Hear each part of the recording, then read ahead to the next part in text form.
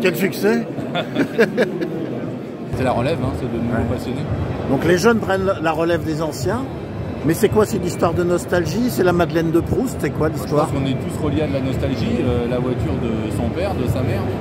Et on a envie de revenir un peu en enfance, quoi. Et avec l'odeur de l'essence, hein, c'est ça. Les vibrations du moteur, voilà, c'est particulier. Alors tu parles de l'odeur de l'essence, alors on va de plus en plus vers l'électrification des véhicules. Quel est l'avenir des véhicules anciens? Celui qui sait, il est balèze. Ça, on peut pas le dire. Enfin, en tout cas, ça ne peut être que du bon parce qu'effectivement, il n'y a plus de sensation que le véhicule électrique. On n'a plus rien, donc au moins... Elles sont différentes, les sensations. Elles sont différentes, mais il n'y en a pas, quoi. Il n'y a pas de vibration, il n'y a pas de noblesse moteur, il n'y a rien, quoi. Donc au moins, la classique nous en donne un peu. C'est ça. Je viens vers toi, mais pas dans une rose blanche. Dans un costume un peu élimé au vent. J'ai le droit de me taire et fumer en gardant mes menottes au poignet sous la route de mes feux. Bonjour. Donc le vert c'est 1000 alors? Non, non. C'est une feinte. C'est 1300. Enfin, les 1275. Ah oui, d'accord. Voilà.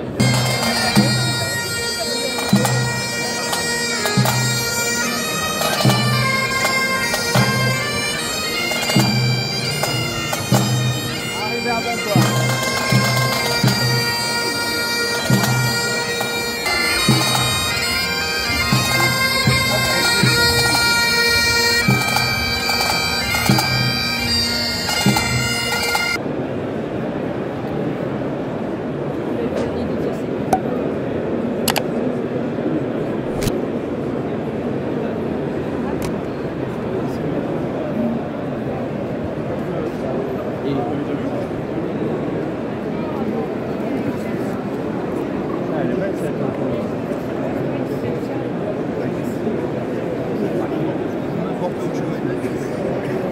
Bonjour Guy.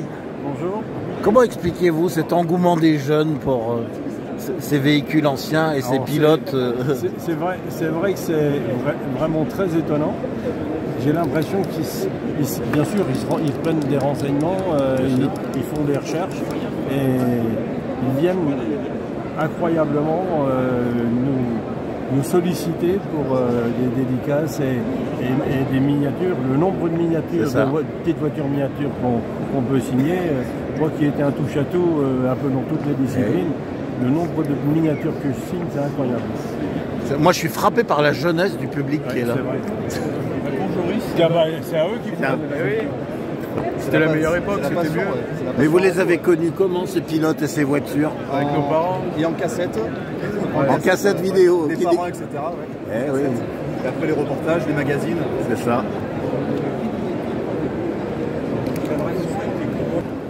J'ai fini cette nuit la pièce, le dernier pas tout à fait sec. C'est quoi ça? La console centrale d'une A310. C'est Une A310, la console centrale. Ah oui. J'ai presque la réplique de celle que vous aviez à l'époque. Ici, s'il vous plaît. Le thème était de réunir les voitures de l'épopée Citroën, Oui. donc les voitures du Dakar entre autres, et puis les voitures qui ont été conduites et managées par Guy Fréquelin, qui était le directeur sportif de Citroën Sport. Donc qui est là en train de se faire Qui est en les train autographes. de dédicacer. Et du coup, donc, il a 4 voitures qu'il a pilotées. Et puis le reste des voitures qu'il a managées avec Sébastien Loeb et les championnats du monde qu'on connaît. Quels sont les véhicules les plus marquants, ceux qui ont écrit des pages d'histoire? Les pages d'histoire, c'est 3 fois le Dakar, avec Pierre Lartigue, qui est aussi là en tant que signataire de dédicace. Et puis le championnat du monde WRC avec Sébastien Loeb. Donc il a été le 9 fois champion du monde. 9 fois champion, voilà, on va le dire simplement. Oui, on va le dire simplement. Les véhicules du Dakar, c'est tous des ZX, c'est ça? Oui. Alors, quelle est la particularité de ces véhicules? Ce sont des prototypes? Oui, tout à fait. C'est des prototypes avec l'évolution, on la voit en les regardant, parce qu'esthétiquement, la première qui a été conduite par Vatanen était étroite, basse. Voilà. Voilà. Donc après, ils ont pris de l'embonpoint. Et puis, au fil des années, ils ont pris de la largeur, de la hauteur C'est ça. et de la puissance moteur. D'accord. Alors justement, quelle est la motorisation de ces véhicules? La motorisation, ça démarrait à 2 litres pour 2 litres, Vatanen, oui. ensuite 2 litres 5, avec des puissances de 200 à 350 chevaux. Voilà, 4 roues motrices. Matra, c'est une marque qui au départ est créée dans les années 40, qui est basée dans l'aviation et l'armement. Et dans les années 60, pour diversifier la marque, Jean-Luc Lagardère a l'idée de se lancer dans l'automobile. C'est dès l'arrivée de Jean-Luc Lagardère que Matra se lance dans l'automobile. Très bien. Donc ils reprennent la suite de l'activité de René Bonnet. Donc le premier véhicule Matra, c'est un jet qui continue l'activité de René Bonnet. Et ensuite on entame avec la 530 qui est le premier modèle 100% Matra et qui porte le nom de 530 en référence au missile Matra. Donc ensuite, qu'est-ce qui s'est passé? Ensuite, en parallèle des voitures de série, Matra s'est directement lancé dans la compétition. Parce que la compétition, c'est le meilleur moyen pour faire connaître une marque. Eh oui. Donc dès 1965, Matra est dans la compétition. Donc, tout d'abord en Formule 3, et où Matra réussit directement ses premiers exploits, notamment en Formule 3 au GP de Reims, avec Jean-Pierre Belpos qui remporte la victoire, quasiment dès l'ouverture de la compétition pour Matra.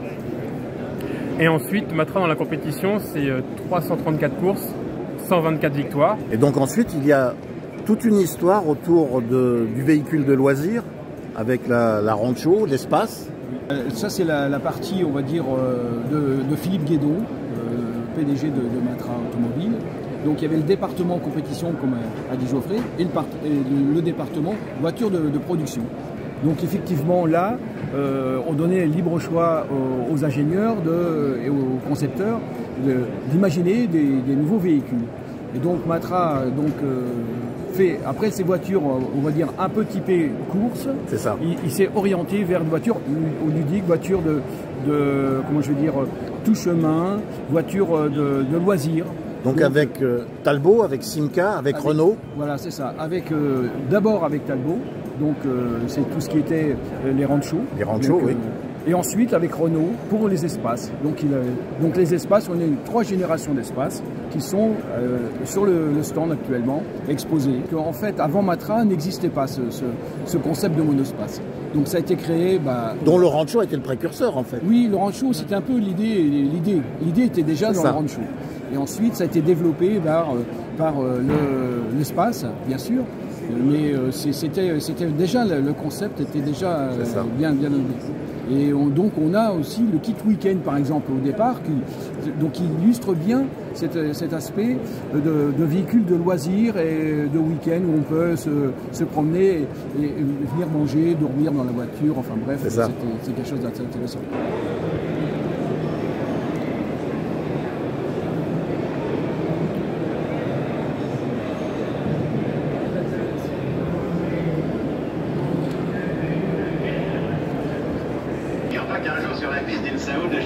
Ingénieur des pétroles avec sa Land Rover en Rhino.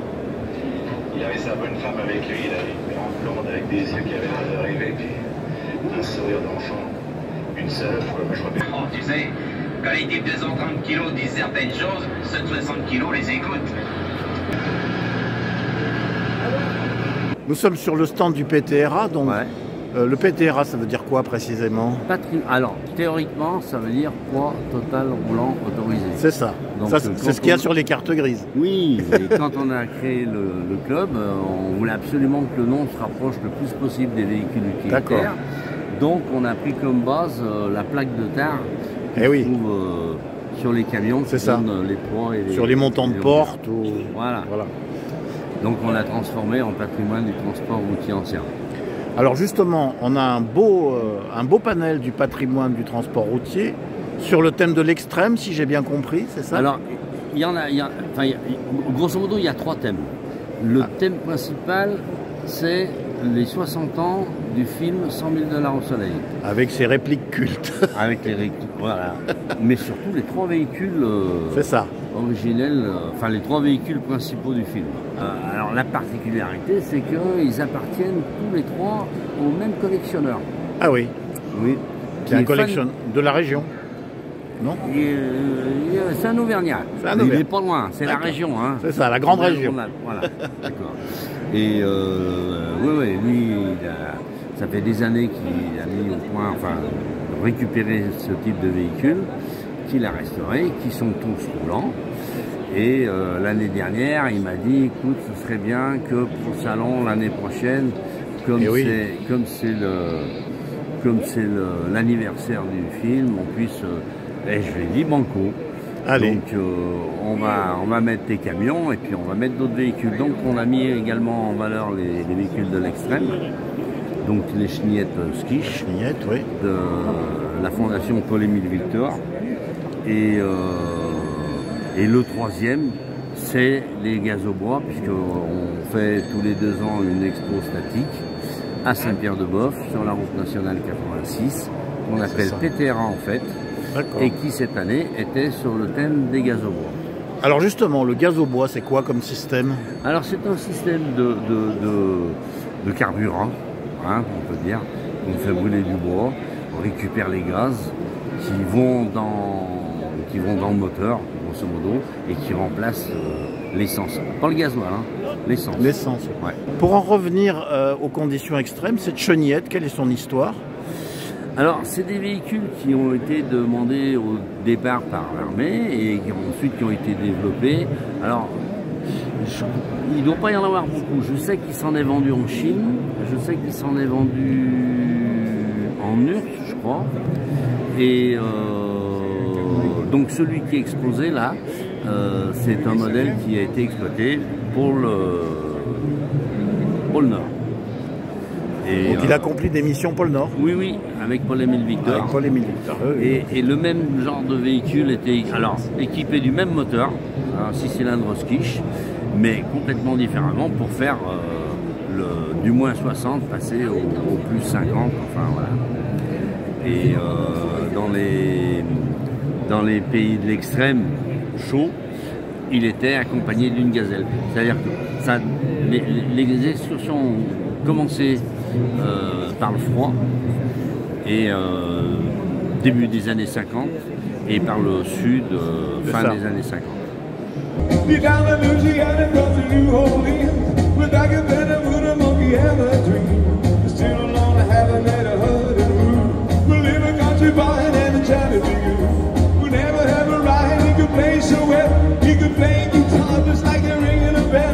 C'est les 60 ans de la Mustang en 2024, puisqu'elle est née le 17 avril 1964 aux États-Unis.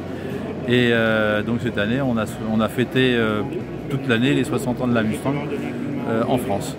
Alors quelle est l'histoire de cette voiture mythique? L'histoire, c'est né dans la tête de Lee Iacocca, celui qui a fait cette voiture-là, juste après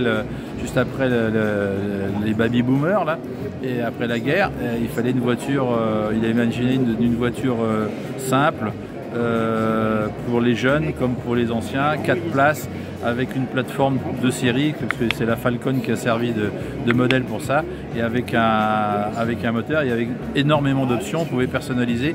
On disait qu'il n'y avait pas une Mustang qui ressemblait à l'autre. Enfin, il y avait, toutes les Mustangs étaient à peu près uniques en elles-mêmes, puisqu'il y avait une multitude d'options, on pouvait personnaliser sa voiture. C'est ce qui a fait son succès. Et ça s'est pas démenti, parce on est à plus de 10 millions de voitures fabriquées depuis l'origine, et elle ne s'est jamais arrêtée. Donc ça c'est phénoménal quand même, c'est jamais vu dans l'histoire de l'automobile. C'est la seule voiture à ma connaissance qui ait duré aussi longtemps. Et ça continue toujours. Et c'est la voiture la plus vendue au monde dans les voitures de sport.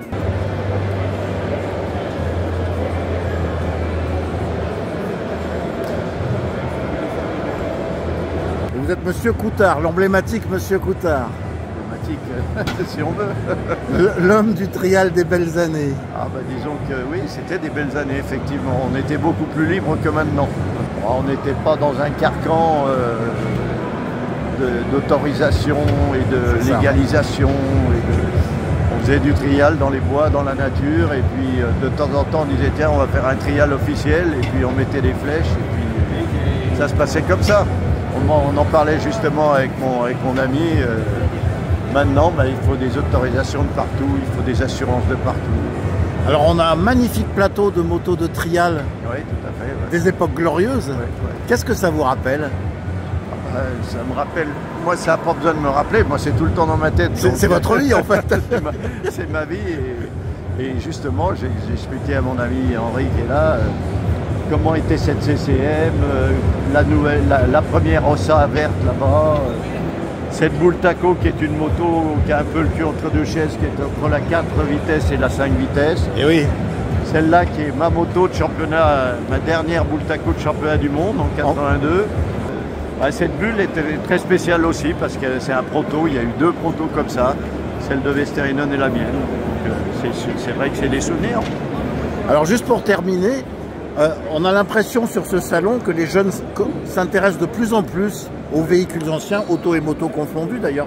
Comment peut-on expliquer ça? Moi je pense que ce qui les fait rêver, c'est la liberté qu'on avait à l'époque et qu'ils n'ont plus.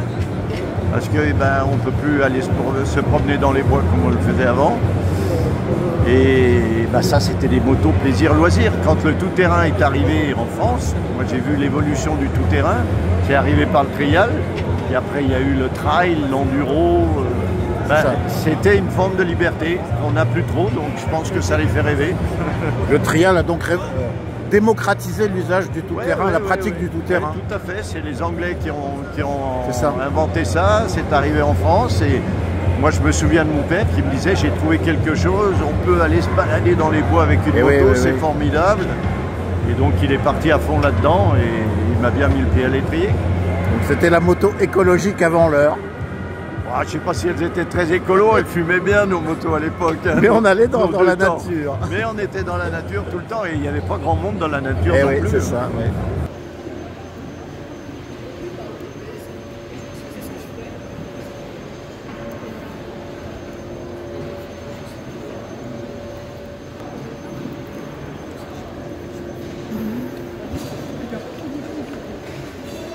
Bonjour, nous sommes sur Epoch Auto 2024 à Lyon, sur le stand de l'ASI, donc Automoto Club historique italien, avec la collection d'automobiles Bertone, avec des modèles incroyables. Vous pouvez nous présenter ces véhicules? Oui, c'est une partie de la collection. Il est fait de 80 voitures. Ici, il y a 24 voitures très importantes, il y a des modèles uniques. Et c'est la collection de Bertone. Et Bertone a travaillé pour beaucoup de marques, c'est-à-dire Lancia, Alfa Romeo, Lamborghini, Citroën, les marques françaises, bien sûr, etc. Ici, on a 2 voitures très intéressantes. Oui. On a la petite ici, la verte, que c'est un microcar, ça s'appelle Slim. Slim. C'est un microcar avec 2 places, et que Bertone il avait pensé pour la ville. Et après, il avait pensé à une voiture plus grande, avec des vitres, avec la lumière qui entre dans la voiture. Ici, c'est une voiture électrique, c'est un banc. C'est une voiture qui était pensée pour Cadillac. Ah oui. Villa, la villa. Oui. C'est une voiture prototype, c'est un berlinette, 2+2 places. Il était développé sur mécanique et châssis GS, Citroën GS. En particulier de cette voiture, c'est la superficie de vitres très développée. Et après, une arrière qui va dégrader vers le postérieur de la voiture. Avec le moteur de la GS standard. Avec le moteur de la GS standard, il change seulement la carrosserie et le design. Donc c'est un exercice de style. Voilà.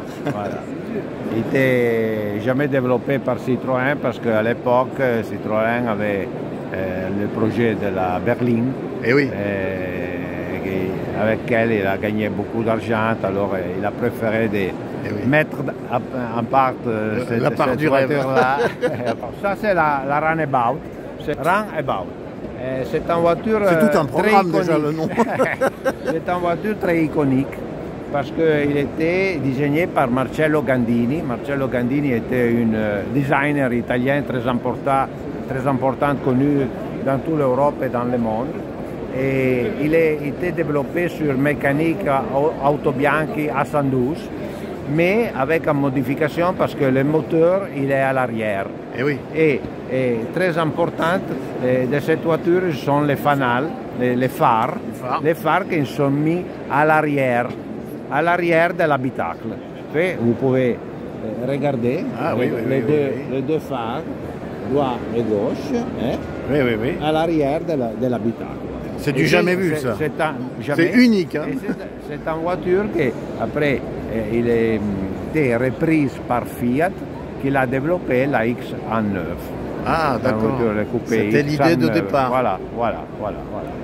Et aussi il est servi comme modèle pour faire la Stratos, la Lancia Stratos. Ah d'accord. Mais qui n'avait pas les phares à l'arrière. Non.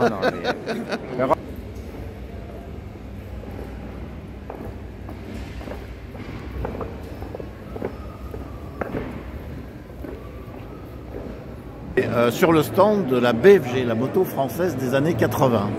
Oui. Alors, quelle est l'histoire de cette machine? Alors, brièvement, c'est deux professeurs de l'école de commerce de Chambéry qui répondent à l'appel d'offres de Raymond Barre concernant un concours de création de jeunes entreprises. C'est Raymond Barre qui était Premier ministre à l'époque. Oui, qui était Premier ministre à l'époque. Donc, nos deux compères étant motards décident de faire une moto. Ayant un peu de culture moto, ils savent qu'on a déjà fait des motos avec un moteur de voiture. Et il faut trouver un troisième larron qui lui sera le technicien, c'est le B de BFG, Louis-Marie Bocardo, qui sera approché et qui construira un prototype sur la base du moteur de 1220 GS. Et ce prototype sera présenté au salon de la création d'entreprise du Puy-en-Velay. Ce concours est gagné donc par la BFG naissante, avec quelques subsides au départ. Et l'idée, c'est donc d'aller jusqu'au bout, donc de construire une moto française. Donc la décision est prise de construire notre propre boîte de vitesse. Ah oui, carrément. Hein. Voilà. Deux premières motos sont vendues à Charles Trashka, qui est quelqu'un d'assez connu. Oui. En février 82. Assez rapidement, on commence évidemment à engranger des retours clients avec des points qui sont améliorés, et ça sera notre but jusqu'à quasiment janvier 84, date du dépôt de bilan de la société. Et donc, pour en revenir à aujourd'hui. Alors à aujourd'hui, ce qui est très inattendu, c'est que, et ce qui est un petit peu probablement propre à BFG, c'est que quand on a commencé à vendre nos premières motos, très rapidement, on a commencé par démarcher une assurance pour proposer une assurance à celui qui acquérait une BFG à un tarif intéressant. Partant du principe que c'était quelqu'un d'établi, que c'était pas le jeune fou qui allait faire le tour du quartier, enfin bref. Et assez rapidement, fin 82 ou début 83, on a créé le motoclub BFG. Ah oui, donc il date de cette époque-là. Voilà, pour fédérer les possesseurs de motos, pour qu'ils se rencontrent, pour qu'ils échangent et qu'ils nous rencontrent. Du coup, 40 ans après, combien d'exemplaires de cette moto continuent à rouler? Et j'ai l'impression, moi, vu de ma fenêtre, qu'il y a un regain d'intérêt pour cette moto. Alors, c'est pas tout à fait faux. Alors, combien de motos? On a produit les derniers chiffres que je possède, tout confondu, c'est-à-dire BFG période chambérienne, BFG période MBK à Saint-Quentin, BFG période précision à Seclin, serait de 622 motos vendues. Aujourd'hui, j'estime, mais je pense que certains collègues ont des chiffres un peu plus précis que moi, qu'on connaît l'existence de 300 machines à peu près sûres. Donc la moitié, quoi. On est 200 membres au motoclub, on va dire qu'il y a au moins un membre sur deux qui a deux motos BFG. Eh oui. Almost heaven, West Virginia, Blue Ridge Mountain, Shenandoah River. Life is older than the trees, younger than a mountain, through it like a breeze, country road.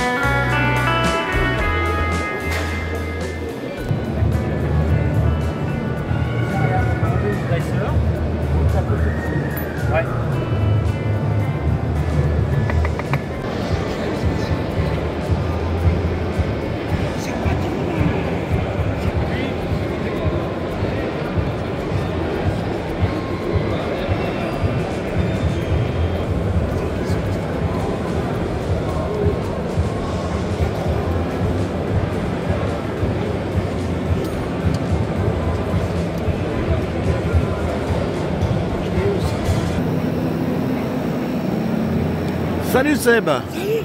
Alors, à Epoch Auto 2024, tu es multicasquette, si j'ose dire. Donc, tu n'es plus dans les mini-motos, mais à l'atelier des roues durables. C'est ça. C'est quoi le programme? Le programme de l'atelier des roues durables, dans l'idée, on s'est rassemblé avec quelques potes passionnés et on s'est dit pourquoi pas monter un petit atelier sympa. Et puisqu'on ne fait pas les choses à moitié, eh ben, on s'est dit qu'on pourrait aider du monde avec notre petit atelier. Et on a créé cet atelier, cette association, puisque c'est une association. On accueille tous les gens qui ont envie de se mettre un peu aux restaurations, entretien, remise en route. Remise en route. Et on les accompagne. On ne fait pas la place d'eux, mais on les accompagne dans n'importe quels travaux qu'ils pourraient avoir sur leurs 2 roues, 4 roues, puisqu'on est franchement très bien équipés. Alors justement, comment ça marche? Comment ça marche?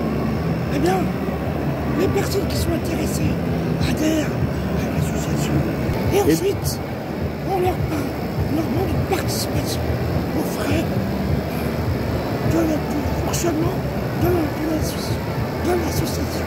Alors je reviens à ce logo là, oui. Atelier des roues durables, éradicateur d'obsolescence. Eh bien oui. C'est quoi? Ça veut dire quoi précisément?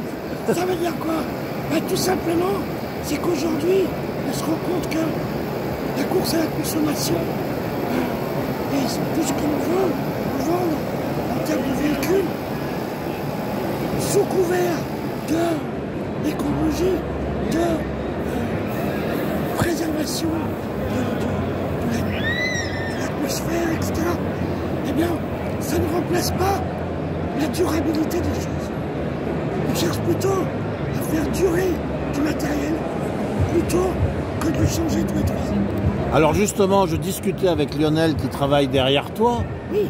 Et donc il m'a raconté l'histoire incroyable de ce cyclomoteur récupéré dans une déchetterie et qui, a priori, devrait pouvoir tourner demain, dernière journée du salon.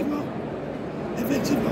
Voilà, donc c'est ça la belle histoire, la boucle est bouclée. La boucle est bouclée. Et l'atelier des roues durables est dans son rôle puisque on est vraiment dans la durabilité de ce qui allait être jeté. C'est ça. Quand Tony est entré dans le snack bar, il devait être au moins minuit moins quart. Lui, il a servi, sans mauvais nerveux, à la nuit dans son son café. À la nuit avec un match de boxe, pendant qu'on entendait dans le jukebox rouler le piano, faire Pasolino, tout comme vous mettez tout vu dans les pieds.